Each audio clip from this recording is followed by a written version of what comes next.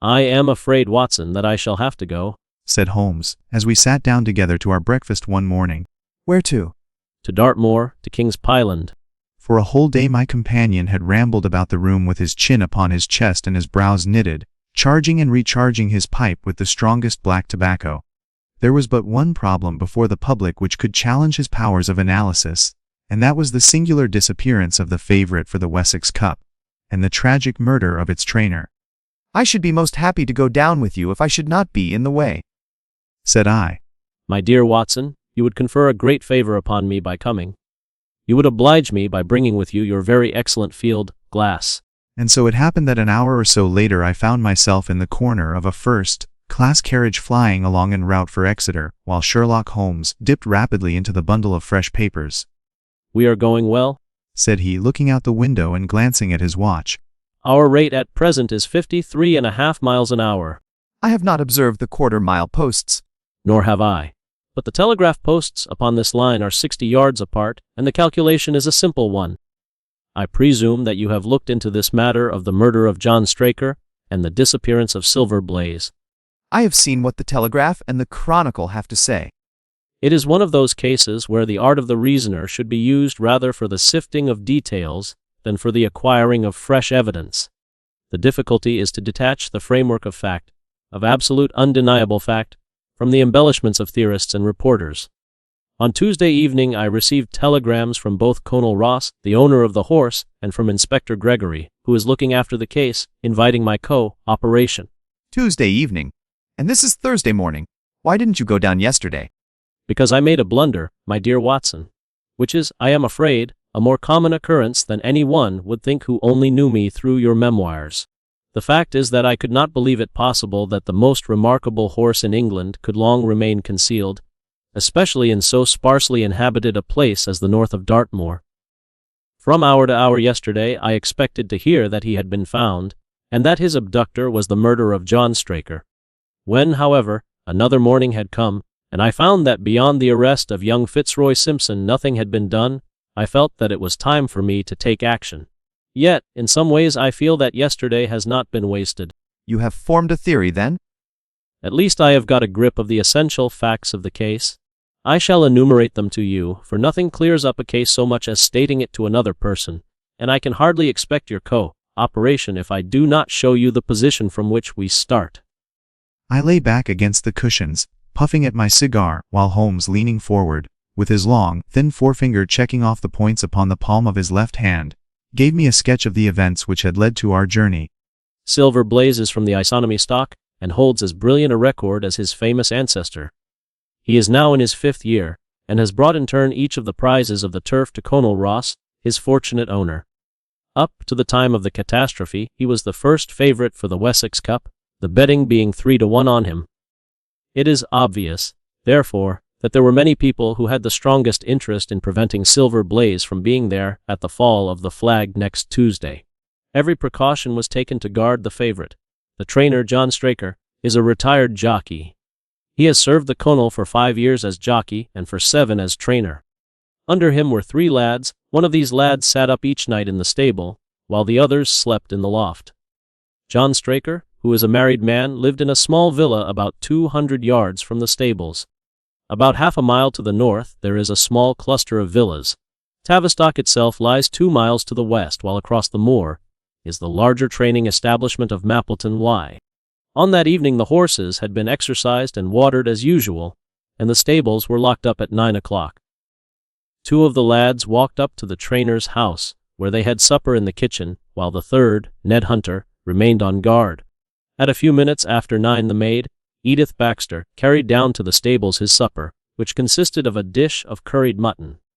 Edith Baxter was within 30 yards of the stables, when a man appeared out of the darkness and called to her to stop. As he stepped into the circle of yellow light thrown by the lantern, she saw that he was a person of gentlemanly bearing, dressed in a grey suit of tweeds, with a cloth cap. "Can you tell me where I am?" he asked. "I had almost made up my mind to sleep on the moor, when I saw the light of your lantern." "You are close to the King's Pyland training stables," said she. "Oh, indeed! What a stroke of luck!" he cried. "I understand that a stable boy sleeps there alone every night." Perhaps that is his supper which you are carrying to him. See that the boy has this tonight, and you shall have the prettiest frock that money can buy." He took a piece of white paper folded up out of his waistcoat pocket. She was frightened by the earnestness of his manner, and ran past him to the window through which she was accustomed to hand the meals. It was already opened, and Hunter was seated at the small table inside. She had begun to tell him of what had happened, when the stranger came up again. "Good evening," said he, looking through the window. "I wanted to have a word with you." "What business have you here?" asked the lad. "It's business that may put something into your pocket. You've 2 horses in for the Wessex Cup, Silver Blaze and Bayard. Let me have the straight tip and you won't be a loser. Is it a fact that the stable have put their money on him?" "So, you're one of those damn touts," cried the lad. "I'll show you how we serve them in King's Pyland." He sprang up and rushed across the stable to unloose the dog. The girl fled away to the house, but as she ran she looked back and saw that the stranger was leaning through the window. A minute later, when Hunter rushed out with the hound, he was gone. Did the stable boy, when he ran out with the dog, leave the door unlocked behind him? "Excellent, Watson, excellent." The importance of the point struck me so forcibly that I sent a special wire to Dartmoor yesterday to clear the matter up. The boy locked the door before he left it. Hunter waited until his fellow grooms had returned, when he sent a message to the trainer and told him what had occurred. Straker was excited at hearing the account. Mrs. Straker, waking at 1 in the morning, found that he was dressing. In reply to her inquiries, he said that he could not sleep on account of his anxiety about the horses. She begged him to remain at home, as she could hear the rain pattering against the window, but in spite of her entreaties he pulled on his large mackintosh and left the house. Mrs. Straker awoke at 7 in the morning, to find that her husband had not yet returned. She dressed herself hastily, called the maid, and set off for the stables. The door was open. Inside, huddled together upon a chair, Hunter was sunk in a state of absolute stupor. The favorite stall was empty, and there were no signs of his trainer. They still had hopes that the trainer had for some reason taken out the horse for early exercise.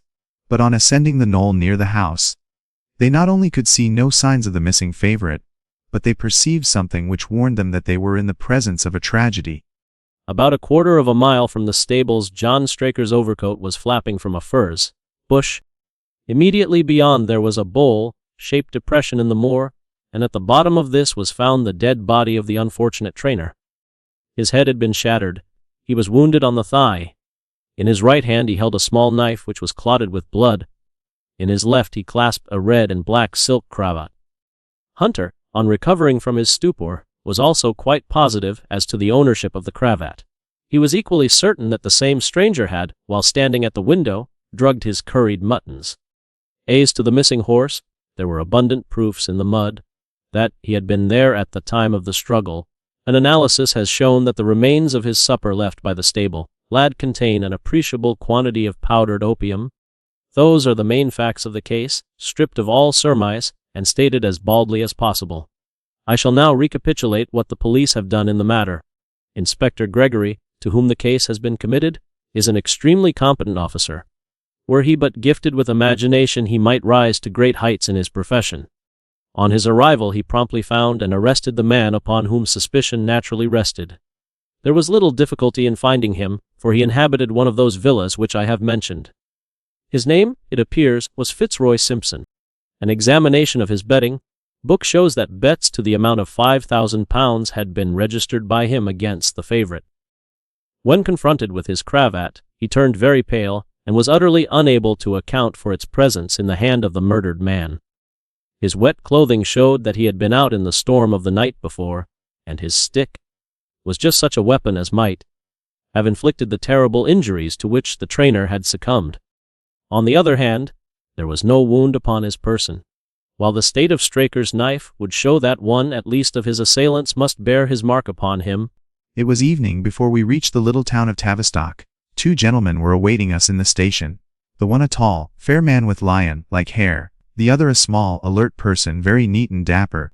"I am delighted that you have come down, Mr. Holmes. The inspector here has done all that could possibly be suggested, but I wish to leave no stone unturned in trying to avenge poor Straker and in recovering my horse." A minute later we were all seated in a comfortable landau, and were rattling through the quaint old Devonshire city. Inspector Gregory was full of his case, and poured out a stream of remarks. The net is drawn pretty close round Fitzroy Simpson. I recognize that the evidence is purely circumstantial. A clever counsel would tear it all to rags. Why should he take the horse out of the stable? What chemist sold him the powdered opium? Above all, where could he hide a horse? The horse may be at the bottom of one of the pits or old mines upon the moor. We have found traces which show that a party of gypsies encamped on Monday night within a mile of the spot. Might he not have been leading the horse to them? Holmes leaned back in the carriage, and the conversation ceased. It was only when I touched his arm that he roused himself with a violent start, and stepped out of the carriage. I think that I should prefer to stay here a little and go into one or two questions of detail. Straker was brought back here, I presume. We all filed into the front room and sat round the central table while the inspector unlocked a square tin box and laid a small heap of things before us. This is a very singular knife, Watson. This knife is surely in your line? It is what we call a cataract knife. A very delicate blade devised for very delicate work. A strange thing for a man to carry with him upon a rough expedition. This other is a milliner's account for £37.15 made out by Madame Lesurier of Bond Street to William Derbyshire. Have you got them? Have you found them? No, Mrs. Straker. But Mr. Holmes here has come from London to help us. Surely I met you in Plymouth at a garden party some little time ago, Mrs. Straker. You wore a costume of dove-colored silk with ostrich feather trimming. I never had such a dress, sir, answered the lady. Ah, that quite settles it. A short walk across the moor took us to the hollow in which the body had been found. At the brink of it was the furze bush upon which the coat had been hung. In that case the overcoat was not blown against the furze bush, but placed there? Yes, it was laid across the bush. Then, stretching himself upon his face and leaning his chin upon his hands, he made a careful study of the trampled mud in front of him. Hello, said he suddenly. What's this? It was a wax vesta half-burn. I only saw it because I was looking for it. What, you expected to find it? I thought it not unlikely. I should not have the impertinence to do it again after what you say. But I should like to take a little walk over the moor, and I think that I shall put this horseshoe into my pocket for luck. I wish you would come back with me, Inspector, as to whether we do not owe it to the public to remove our horse's name from the entries for the cup. Certainly not. I should let the name stand. It's this way, Watson. We may leave the question of who killed John Straker for the instant, and confine ourselves to finding out what has become of the horse. The horse is a very gregarious creature. If left to himself, his instincts would have been either to return to King's Pyland or go over to Mapleton. Why should he run wild upon the moor? I have already said that he must have gone to King's Pyland or to Mapleton. He is not at King's Pyland. Therefore he is at Mapleton. Let us take that as a working hypothesis. At Holmes's request I walked down the bank to the right, and he to the left, but I had not taken 50 paces before I heard him give a shout, and saw him waving his hand to me. The track of a horse was plainly outlined in the soft earth. See the value of imagination. It is the one quality which Gregory lacks. We imagined what might have happened, acted upon the supposition, and find ourselves justified. It was Holmes who saw them first, and he stood pointing with a look of triumph upon his face. A man's track was visible beside the horse's. The horse was alone before? Quite so. It was alone before. Hello, what is this? The double track turned sharp off and took the direction of King's Pyland. We had not to go far. It ended at the paving of asphalt which led up to the gates of the Mapleton stables. As we approached, a groom ran out from them. We don't want any loiterers about here. I only wish to ask a question. Should I be too early to see your master, Mr. Silas Brown, if I were to call at 5 o'clock tomorrow morning? What's this, Dawson? No gossiping. Go about your business. And you, what the devil do you want here? 10 minutes talk with you, my good sir. Holmes leaned forward and whispered something in the trainer's ear. He started violently and flushed to the temples. It's a lie, an infernal lie. Very good. Shall we argue about it here in public or talk it over in your parlor? Oh, come in if you wish to. Never have I seen such a change as had been brought about in Silas Brown in that short time. His face was ashy pale, beads of perspiration shone upon his brow, and his hands shook. Your instructions will be done. It shall all be done. There must be no mistake. No tricks now, or? He has the horse, then? He tried to bluster out of it, but I described to him so exactly what his actions had been upon that morning that he is convinced that I was watching him. But his stables had been searched. Oh, an old horse, faker like him has many a dodge. My dear fellow, he will guard it as the apple of his eye. He knows that his only hope of mercy is to produce it safe. And of course this is all quite a minor point compared to the question of who killed John Straker. And you will devote yourself to that. On the contrary, we both go back to London by the night train. So you despair of arresting the murderer of poor Straker. There are certainly grave difficulties in the way. I have every hope, however, that your horse will start upon Tuesday. As we stepped into the carriage, one of the stable lads held the door open for us. A sudden idea seemed to occur to Holmes. You have a few sheep in the paddock. Have you noticed anything amiss with them of late? Well, sir, not of much account. But 3 of them have gone lame, sir. I could see that Holmes was extremely pleased, for he chuckled and rubbed his hands together. Gregory, let me recommend to your attention this singular epidemic among the sheep. Drive on, coachman! Is there any point to which you would wish to draw my attention? To the curious incident of the dog in the night time. The dog did nothing in the night time. That was the curious incident. 4 days later, Holmes and I were again in the train, bound for Winchester to see the race for the Wessex Cup. Colonel Ross met us. His face was grave, and his manner was cold in the extreme. I have seen nothing of my horse. I suppose that you would know him when you saw him? A child would know Silver Blaze, with his white forehead and his mottled-off foreleg. 5-4 against Silver Blaze. 5-4 against Silver Blaze. 5-15 against Desborough. 5-4 on the field. I'll 6 there. Then my horse is running. But I don't see him. My colors have not passed. As I spoke, a powerful bay horse swept out from the weighing enclosure, bearing on its back the well-known black and red of the Conal. That's not my horse. That beast has not a white hair upon its body. Well, let us see how he gets on. Capital! An excellent start. There they are, coming round the curve. The Conal's horse, coming away with a rush, passed the post a good 6 lengths before its rival. It's my race, anyhow. I confess that I can make neither head nor tail of it. You have only to wash his face and his leg in spirits of wine, and you will find that he is the same old Silver Blaze as ever. My dear sir, you have done wonders. You would do me a greater still if you could lay your hands on the murderer of John Straker. I have done so. You have got him. Where is he, then? He is here. The real murderer is standing immediately behind you. He stepped past and laid his hand upon the glossy neck of the thoroughbred. The horse! We had the corner of a Pullman car to ourselves that evening as we whirled back to London, as we listened to our companion's narrative of the events. It was while I was in the carriage, just as we reached the trainer's house, that the immense significance of the curried mutton occurred to me. Powdered opium is by no means tasteless. A curry was exactly the medium which would disguise this taste. By no possible supposition could this stranger, Fitzroy Simpson, have caused curry to be served. Our attention centers upon Straker and his wife, the only 2 people who could have chosen curried mutton for supper that night. Before deciding that question, I had grasped the significance of the silence of the dog. Obviously, the midnight visitor was someone whom the dog knew well. I was already convinced that John Straker went down to the stables in the dead of the night and took out Silver Blaze. For what purpose? For a dishonest one, obviously, or why should he drug his own stable boy? You cannot have forgotten the singular knife. It was, as Dr. Watson told us, a form of knife which is used for the most delicate operations known in surgery. And it was to be used for a delicate operation that night.